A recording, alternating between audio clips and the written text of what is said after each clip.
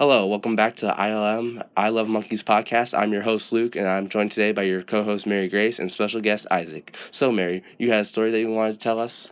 Yeah, so I was dreaming last night, and I had this flashback back to middle school where they wouldn't let me dye my hair blue That's terrible. Why not? because it was against the dress code. I've been seeing some articles about how schools force kids to cut their hairs to follow dress code, like in 2018 when a referee in New Jersey forced a 16-year-old mixed-race wrestler to cut his dreadlocks or forfeit his match. So yeah, that's just some of the examples of how schools are trying to regulate what kids can and cannot wear, and also cannot do to their hair, which poses a main problem as that's some students' way of expressing themselves and trying to be unique. Mary Grace, many would argue that schools have the right to control their students, as the dress codes are in place for students to focus on education. That may be true to some extent, but when you look at the policies and examples we'll be discussing today, many have undertones of discrimination, prejudice, and inequality. Today, we're arguing that discrimination in the high school dress code should be lessened, if not eradicated, due to the violation of the Constitution. So, I was reading this article called Should Colored Hairstyles for Schools Be Allowed by Stapal, and it intrigued me because schools have the ability to kick students out and discipline them if they decide to express themselves by coloring their hair. So this article said, recently it concerned us when we heard about a girl kicked out of school for hair colors. Upon further study, over 120 high schools and colleges kicked out students with colored hair, and even more placed students in-school suspension. Students that did not recolor their hair to school-appropriate hair colors would be kicked out and denied an education. So we wrote the following thoughts because we feel colored hair is not distracting and improperly places undue attention on appearance over education. In today's culture, colored hair is so common that even if at one time it was distracting, that's no longer the case. So in this article, students are receiving punishments including in-school suspension, out-of-school suspension, and even expulsion until they dye their hair.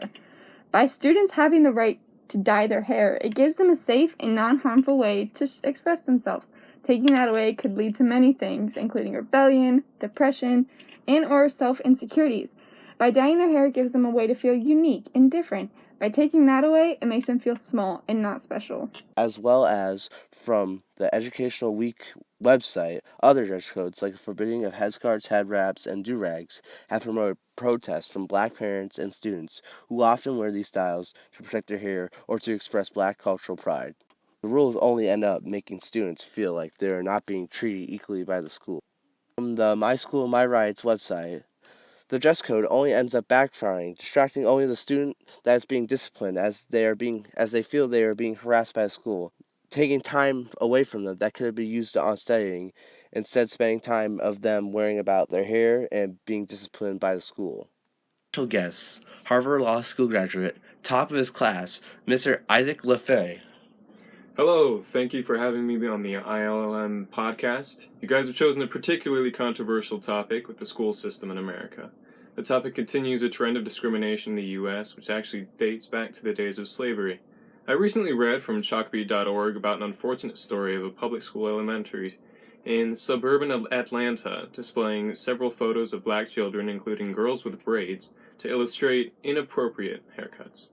Not only was the act damaging to this children's self-esteem and personal image of their heritage, but the discrimination violates the First Amendment.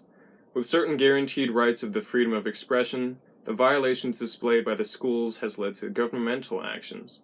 In the last year, California, New York, and New Jersey have passed laws banning discrimination based on hairstyles or textures that are commonly associated with a person's race or nationality.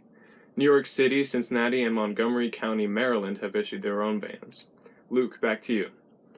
Thank you, Isaac. School dress code policies, some problems arise. That's right, Luke. People could argue that if showing your shoulders is distracting, then having brightly colored hair is also distracting, which brings up a whole new problem. The dress and hair code can be useful in ways students are less distracted and decently covered. But by putting these restrictions in place, there needs to be a balance of what they are not allowed to do with their hair with regards to their heritage and or religious beliefs. Certain discriminatory dress code details should be eradicated, but not the dress code entirely. If the dress code were to be eliminated, schools would be a mess. For example, kids could be walking around without shirts on. Gross. Despite the effectiveness of dress codes, through reasonably covered, less distracting students, the discriminatory details remain as necessary to eradicate. I completely agree, Mary Grace. Despite the distractions explained from certain dress code violations, the discrimination expressed through schools' dress code details violate the First Amendment's freedom of expression, and therefore is necessary to be eradicated. Following the lead of California, other states have followed in banning discriminatory dress codes against hairstyles commonly associated with one's ethnicity or heritage. Not yet the entire nation, the U.S. is taking steps towards the eradication of discrimination in schools' dress codes. Anyways, both of these scenarios, controlling what kids can wear and controlling how kids do their hair, are more examples of why the schools should not be able to regulate how students choose to express themselves. And that concludes this week's episode on the I Love Monkeys podcast. Take away, Mary Grace. Make sure you subscribe to our YouTube channel, follow us on the Gram, Twitter, Spotify, and Apple Music. See you guys later, and don't forget, don't jump on the bed or else you'll knock your head.